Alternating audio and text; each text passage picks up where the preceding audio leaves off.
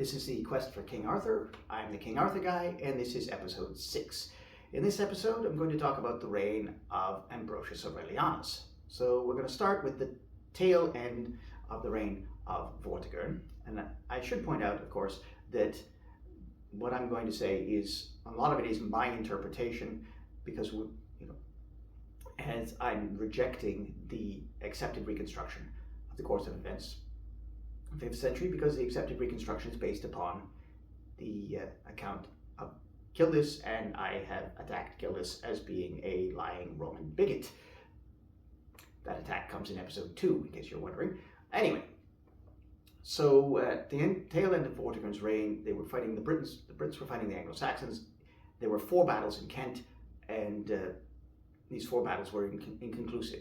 The Britons were commanded by Vortigern's 2 eldest sons, Vortimer, who was in overall command, and Categrin, who was his chief lieutenant.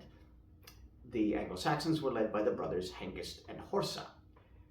And Categrin and Horsa were said to have been killed in the same battle. Now, according to Gildas, the Anglo-Saxons were sweeping across the country, pillaging every city and town.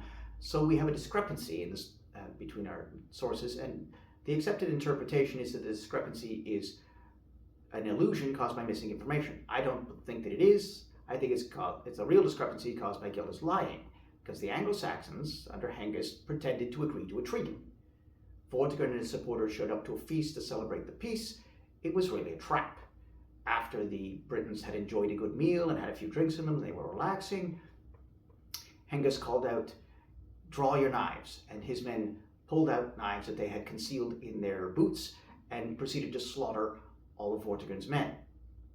And they left Vortigern himself alive, and he was held for ransom. Well, if the Anglo-Saxons had been winning, why did they resort to that kind of a trick? Since when would anyone use that kind of trickery if they were already winning? Furthermore, I think this is also evidence that Professor J.R.R. Tolkien was correct, that this is the same Hengist referred to in the fight at Finnsburg, since he used the same tactic of lulling his opponent into a false sense of security and then staging an ambush. Anyway, I now have to rely on a very unreliable source. The History of the Kings of Britain by Geoffrey of Monmouth. This was written in the 1130s. Geoffrey was a storyteller who passed himself off as an historian, and he falsified approximately 2,000 years of British history in order to depict the Britons as a much more significant people than they really were. He took figures and events out of mythology and pretended that they were real. He took people and events out of Roman history and pretended that they were British, and some things he just seems to have out and out made up himself. However, we also know that some of the times he told the truth, because some of the things he said have been corroborated. Now, what I'm going to say next is widely regarded as probably true, even though it cannot be directly corroborated. And this is for mainly because it's the only explanation we have as to how Ambrosius actually came to power. So, Ambrosius was in exile. I would argue that this was probably because his father had been defeated at the Battle of Wallop in 437, which I mentioned in an earlier episode. So he came hurrying back, but by the time he got back, Vortigern had already been released. But of course, his faction was in shambles. Ambrosius gathered his followers around him, chased Vortigern to a castle in Wales, burned it down and killed him, and was then accepted as the new ruler. As I argued earlier, the fact that this was a coup, it is evidence that this was a central government and not high kingship. Well, anyway, you also remember that there was a legend that Saint Germanus fasted for 3 days and 3 nights praying to God, who sent miraculous fire from heaven, burning down Vortigern's castle and killing him. So both stories tell us that Vortigern was killed in a burning castle, which doesn't prove it, but it's probably true. Anyway, I also want to talk about the ransom. According to the British history, at least part of the ransom was paid in land: Essex, Middlesex, and Sussex. Except there's a problem with this, because we know that the Britons did not hand over Sussex, and I'll explain why a little bit later in the episode. But Essex means East Saxons, and Middlesex means Middle Saxons. So you'll remember that the argument was that Vortigern hired Jutes and Angles, and then after the the rebellion, when the rebels invited in reinforcements, that those reinforcements were Saxons. So I think what was going on here is, first of all, at this point, the Anglo-Saxons had not yet decided that they were going to try and conquer Britain. They were just looking for territory to settle in. The Angles and Jutes had already been given their territory, and I would argue that the agreement with Vortigern probably involved them being accepted as rulers of that territory, and the Britons would stop trying to force them out. So the Saxons are the ones who needed land. So they were the ones who were actually explicitly stated as being given land. It's also in this time period that the Anglo-Saxons begin to form kingdoms. Well, the Kingdom of Kent, anyway. When I said that they were given these other territories, they were still tribal peoples, and these tribes were largely fragmented. So their kingdoms at this point were just tribal areas. Kent would have been the only one that was an actual kingdom in our sense of the word. Anyway, we look at Ambrosius Aurelianus. There are problems with the idea that Ambrosius is supposed to have been a popular hero, because when we like someone, we talk about them. Even if what we say isn't necessarily the truth, we still talk about them. The surviving sources don't talk about Ambrosius. They talk a lot more about Vortigern than they do Ambrosius. We know that Vortigern ruled the kingdom of Powys. We don't know where Ambrosius came from, where his people were based. We know that Vortigern married Servia. Well, Gildas tells us that Ambrosius had grandchildren, indicating that he got married and had children, but we don't know who he married. We don't know how many times he was married. We don't know how many children he had or any of their names. So why do we have so much more information on the supposed tyrant than we do on the supposed hero? It doesn't really add up. Now, I would argue that Gildas said that the Anglo-Saxons were sweeping across the country for two reasons. One was to discredit Vortigern. After all, he was making the case that Ambrosius was rescuing the people. He couldn't do that unless he had something to rescue the people from. But the other is to cover for Ambrosius's defeats. Gildas insisted that Ambrosius halted the Anglo-Saxon offensive and established a stalemate, but the independent evidence does not corroborate that. It indicates that they were losing under Ambrosius. So I think Gildas took Ambrosius's defeats and pushed them back into Vortigern's time period. Now, according to my calculations, which I'm not going to go into here, the coup was probably sometime around the year 470. There may have been a lull in the fighting between the Britons and the Anglo-Saxons in this period, which was then broken with the arrival of Ali with more Saxons. According to the Anglo-Saxon Chronicle, Ali arrived in Britain in 477, and he began carving out the second Anglo-Saxon kingdom, Sussex.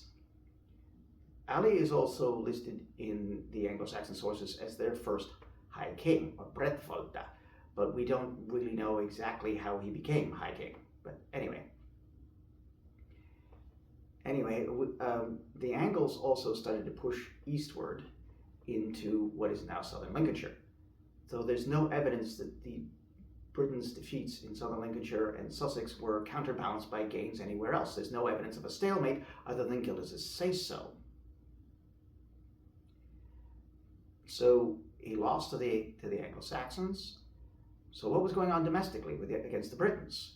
We have a cryptic reference in the British history that tells us that he granted land to Passat. Vortigern had three sons. Vortimer, who died of natural causes after the Fourth Battle in Kent. Categrin, who I already mentioned, was killed in battle fighting the Anglo-Saxons. And Passat.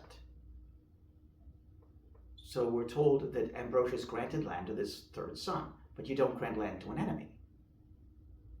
So what's going on?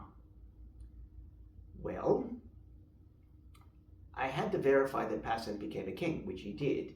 His kingdom of Gwerthurdian was, which I'm probably not pronouncing correctly, but anyway, was named after Vortigern and was carved out of southern Powys. So that means I knew what this was because I'd seen it before. Passat rebelled against Ambrosius, but the rebellion ended in a stalemate. Passat probably wanted to regain all of Powys and may even have wanted to topple Ambrosius's regime altogether, but he couldn't. He could only exert authority over the territory that where his family had the most support, and which was also mountainous and difficult to get at them. But on the other hand, Ambrosius failed to overrun Passan's power base. He could not completely stamp out the rebellion. Well, in strategic terms, a rebellion that ended in a stalemate would have been a limited victory for the rebels. The onus is on the government to put down the rebellion. If the government fails, the rebels win. Even if they don't get everything they want, they still win. So Ambrosius' prestige was undermined. And prestige is very important in monarchy. So Ambrosius did what monarchs in that situation always used to do. He pretended that he accepted the rebel as a vassal. He officially granted the land, but that was just papering over the cracks. He lost. Now, what do we know of the rebellion? Unfortunately, we have to go back to Geoffrey of Monmouth, and according to Geoffrey's version, Passan fled into exile to Germany, promised a great deal of wealth to Germanic warriors who would support him in his conquest of Britain. They came back to Britain, but were defeated by Ambrosius. Passan then fled into exile a second time with what was left of his Germanic warriors, and this time he went to Ireland, where he gained another army, came back to Britain, but then changed tactics as one of his Saxon followers said that he would pretend to be a Briton because he could speak the Brythonic language and infiltrate Ambrosius's inner circle and then poison him. Okay, did this happen? Well, I think some of it did, but not exactly the way that Geoffrey recounts it. First of all, I don't believe for an instant that Passan fled to Germany. I mean, Vortigern hired the Germanic mercenaries, the Anglo-Saxons, who rebelled, since that blew up in his face and made the Germanic peoples the enemy. By saying Passan fled to Germany to gain warriors, it was associating Passan with the enemy and implying that he was basically a national traitor. So I don't think he did that at all. And that's precisely why he would not have done it. So he fled to exile to Ireland, and then came back to Britain and met up with supporters, and then was able to carve out this territory in southern Powys, but was not able to get any further.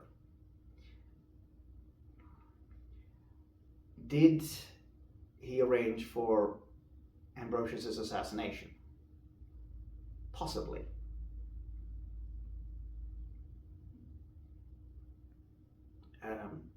After all, Ambrosius had murdered Vortigern. That would have started a blood feud. Passan would have been honored bound to avenge his father's death. He would probably have wanted to do that on the battlefield, but when that failed, he could have switched to assassination. Yes, that is plausible. Now, I should point out one last thing about the Anglo-Saxons. According to the information we have, Hengist died in 488.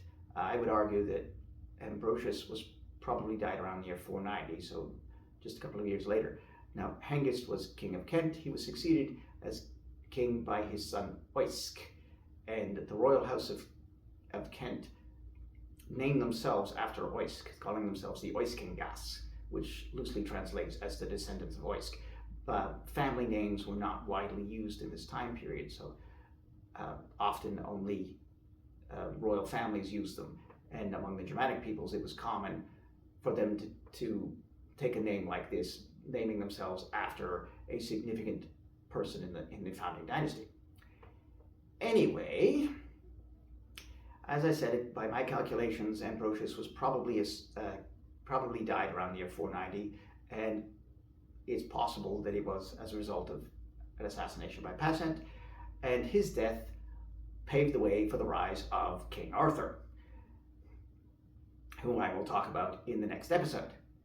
So this is the end of this episode. I thank you for watching if you've gotten this far. And if you haven't already, you might consider subscribing, liking, maybe leaving a comment. And I hope you'll come back next time for the episode on King Arthur. Until then, be seeing you.